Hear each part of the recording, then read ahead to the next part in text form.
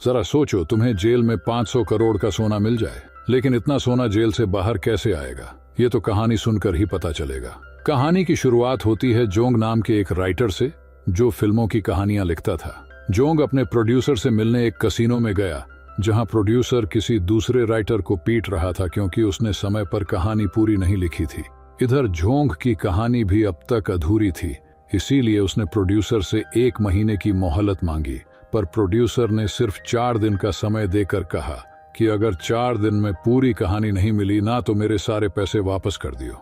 Jong ने घर जाते ही काम शुरू कर दिया, पर वो कुछ भी ढंग का नहीं लिख पा रहा था। तभी उसे अपने दादा का भेजा हुआ एक बॉक्स दिखाई दिया। उसमें एक खत था, जिसे पढ़ते पढ़ते जोंग को नींद आ गई और अपने सपने में उसने देखा कि उसके दादा उसे उसके पूर्वजों की कहानी सुना रहे थे। उन्होंने बताया कि उनके पुश्तैनी घर के नीचे करोड़ों का सोना दबा हुआ है, लेकिन फिर सरकार ने उस घर को तोड़कर वहां जेल बना दी थी। तभी अचानक जोंग की आंख खुल गई और उसे एहसास हुआ कि सपने की हर एक बात बिल्कुल सच्ची थी, क्योंकि उस बक्से के अंदर से एक नक्शा निकला जो बिल्कुल जेल के नक्शे से मिलता था। अब जोंग ने सोच लिया कि वो कुछ भी करके अपने पुश्तैनी सोने को हासिल करके रहेगा। अब वो बस इस गरीबी की जिंदगी से बाहर निकलना चाहता था। इसके लिए उसे जेल के अंदर घुसने की जरूरत थी, तो उसने अपने पड़ोसी का लैपटॉप छत से नीचे फेंक दिया और इस घटिया हरकत के लिए भी उसे जेल में भेज दिया गया। जेल में उसने देखा कि कई कैदी क्रैब नाम के कैदी का जन्मदिन मना रहे थे। फिर क्रैब जोंग से मिला और उसने बताया कि उसका भी जोंग नाम का एक बहुत करीबी दोस्त था, इसीलिए क्रैब ने जोंग को अपना दोस्त बनाकर हमेशा उसकी रक्षा करने का वादा किया। बाद में जोंग जेल में मौजूद बरगद के पेड़ के पास गया, क्योंकि उसके आसपास ही एक पुराना कुआं था जिसके अंदर वो खजाना छिपा था। तभी वहां एक और कैदी जोंग के पास आया और उसने बताया कि इस जेल के अंदर 2 बहुत ही ताकतवर ग्रुप्स हैं, जिनमें काफी समय से बिना बात के दुश्मनी चलती रहती है। उसने कहा कि जोंग को यहाँ जिंदा रहने के लिए किसी एक ग्रुप में तो शामिल होना ही पड़ेगा। पहली गैंग तो क्रैब की ही थी और वो किसी भी हाल में अपने साथी की हमेशा रक्षा करते थे। वहीं दूसरी गैंग का लीडर था बाऊ नाम का एक खतरनाक कैदी।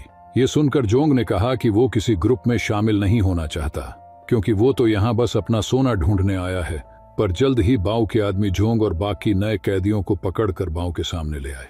उन्होंने जबरदस्ती सबके ऊपर बाऊ की गैंग में शामिल होने का दबाव बनाया और मजबूरन जोंग को भी राजी होना पड़ा। अब बाऊ की गैंग में शामिल होने के लिए कैदियों को बाऊ की थूकी हुई चाय पीनी पड़ती थी।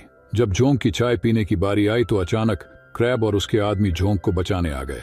क्रैब ने कहा कि जोंग मेरे कमरे में रहता है, इसीलिए वो मेरी गैंग का हिस्सा हुआ।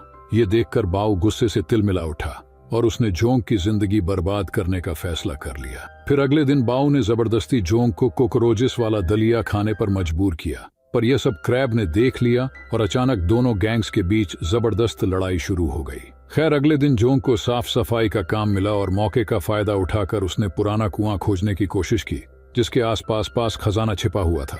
लेकिन बहुत कोशिशों के बाद भी वो नाकामयाब रहा।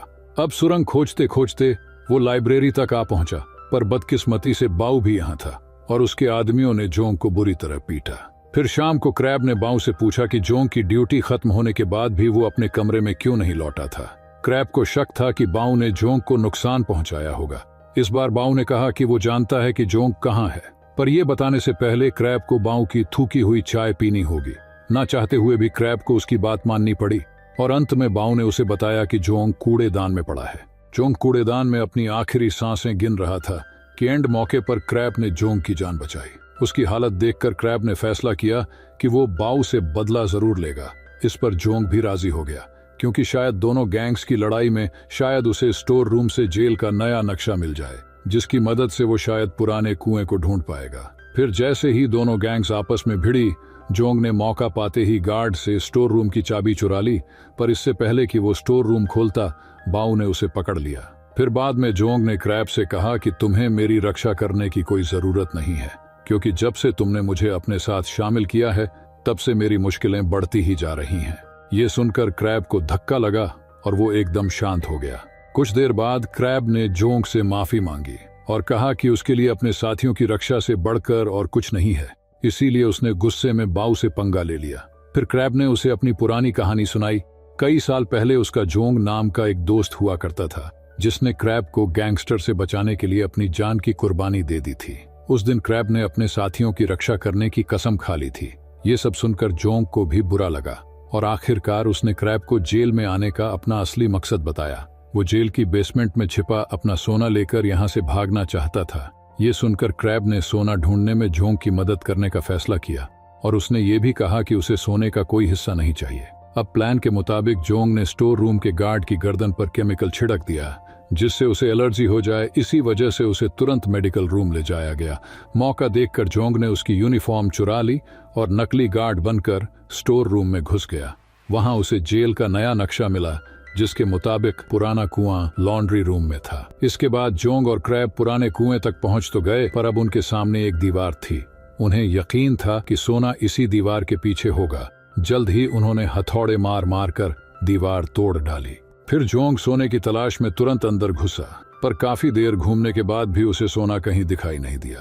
अंत में उन्हें दीवार में एक सुंदर लकड़ी दिखाई दी। जोंग अब तक हिम्मत हार चुका था, इसीलिए उन्होंने वापस लौटने का फैसला किया और जाते जाते क्रैब ने वो लकड़ी निकाल ली। मगर उस लकड़ी को निकालते ही उनके सामने सोने के 100 टुकड़े आ गए जिनकी कीमत 500 करोड़ से भी ज्यादा थी। जोंग ने कुछ सोना क्रैब को दिए, पर उसने इनकार करते हुए कहा कि इस पर उसका कोई हक नहीं है। इसके बाद उन्होंने कपड़े ले जाने वाली मशीन के साथ इन सोने को जेल से बाहर निकालने का फैसला किया। ये मशीन 22 तारीख को जेल से बाहर एक वेयर हाउस में जाने वाली थी और इसी दिन जोंग जेल से रिहा भी होने वाला था। अब उनका प्लान एकदम तैयार था और क्रैब काफी खुश था क्योंकि सोने की मदद से जोंग अपना कर्ज उतार कर फिल्में बनाने का अपना सपना पूरा कर सकता है। क्रैब का साफ दिल देखकर जोंग ने बाहर जाकर उसके साथ एक होटल खोलने का वादा किया, पर अगले दिन बाऊ और उसकी गैंग ने जोंग और क्रैब पर हमला कर दिया और भयानक लड़ाई शुरू हो गई। इसी बीच जोंग के छिपाए हुए सोने के टुकड़े बाऊ के हाथ लग गए, पर तभी अचानक गार्ड्स वहां आ गए, लेकिन इससे पहले ही उन्होंने सोना छुपा दिया। अब जोंग सोने के बारे में सोच रहा था कि बाऊ ने गार्ड्स को झूठी कहानी सुनाकर कहा कि जोंग का पैर फिसल गया था, इसीलिए वो तो जोंग की मदद करने आया है। इस पर जोंग ने भी उसकी हाँ में हाँ मिला दी और ये देखकर क्रैब को एहसास हुआ कि जोंग के लिए सोने से बढ़कर और कुछ नहीं है। इस बात का क्रैब को बहुत बुरा लगा और उसने मन ही मन जोंग से दोस्ती तोड़ दी। कुछ समय बाद क्रैब को खबर मिली कि उसकी बेटी की हालत बहुत खराब है और वो हॉस्पिटल में है। ये सुनकर वो जोंग से मिलने गया। उस वक्त जोंग और बाऊ सोना लेकर जेल से भागने का प्लान बना रहे थे। अब क्रैब ने भी उनके प्लान में शामिल होने की इच्छा जाहिर की, पर उसे सोना नहीं चाहिए था, बल्कि उसे तो जेल से जल्द भागना था। वो बस अपनी बेटी के पास जाना चाहता था। पहले तो बाऊ ने क्रैब के साथ मिलकर काम करने से इनकार कर दिया, पर फिर जोंग ने उसे मना लिया। इसके बाद उन्होंने 3 हफ्ते बाद होने वाली जेल की एनिवर्सरी पार्टी के दौरान सुरंग से होते हुए समुद्र के रास्ते से भागने का प्लान बनाया। उन्होंने सोने के टुकड़े अपने कपड़ों में छुपा लिए, पर जेल की एनिवर्सरी में 3 हफ्ते बाकी थे और जोंग तो 1 हफ्ते में रिहा होने वाला था, इसीलिए उसने अपनी सजा बढ़ाने का प्लान बनाया। इसके बाद जोंग, क्रैब और बाऊ ने जानबूझकर आपस में लड़ाई करके हंगामा कर दिया। जल्द ही गार्ड्स ने वहां आकर सबको अपने अपने कमरे में भेज दिया। अब लड़ाई में शामिल होने के कारण जोंग की सजा बढ़ा दी गई। जल्द ही पार्टी का दिन आ गया और उन्होंने क्लोरीन गैस के गुब्बारे फुलाए ताकि उनमें आग लगाकर वो अपने प्लान को अंजाम दे सकें। जब हेड गार्ड भाषण दे रहा था तो अचानक गुब्बारों में धमाका हो गया और इसी मौके का फायदा उठाकर जोंग, क्रैब और बाऊ सुरंग के रास्ते से निकल पड़े। पर रास्ते में जोंग को चोट लग गई तो क्रैब ने प्लास्टिक से उसके घाव को बंद किया। इसके बाद उन्होंने जैसे तैसे सुरंगों के बीच रास्ता ढूंढा और मिलकर आगे बढ़ते रहे। आखिरकार उनके सामने एक बड़ा दरवाजा आया जिसके उस पार समुद्र था। उधर गार्ड्स को भी भनक लग गई थी कि 3 कैदी गायब हैं, इसीलिए वो चारों ओर उन्हें ढूंढने लगे। इधर उन तीनों ने अपने बनाए बम से धमाका करके दरवाजे को उड़ा दिया और समुद्र में कूदकर भागने को तैयार हो गए। नीचे बाऊ के आदमियों की कश्ती उनका इंतजार कर रही थी। उसी समय बाऊ ने अपना चाकू निकाला क्योंकि वो क्रैब और जोंग को मारकर सारा सोना हथियाना चाहता था। बाऊ ने क्रैब पर वार किया, पर जोंग बीच में आ गया और फिर तीनों में लड़ाई शुरू हो गई। अंत में जोंग ने बाऊ से कहा कि तुम सारा सोना ले जाओ मगर हमें जिंदा छोड़ दो। मगर बाऊ क्रैब को समुद्र में फेंकना चाहता था। उसने क्रैब को धक्का दे दिया, पर खुशकिस्मती से क्रैब ने एक रस्सी पकड़ ली जिसका दूसरा हिस्सा जोंग ने पकड़ा हुआ था। अब बाऊ दोनों की मजबूरी पर हंस रहा था, पर अचानक मौका पाकर क्रैब ने बाऊ को ही समुद्र में फेंक दिया।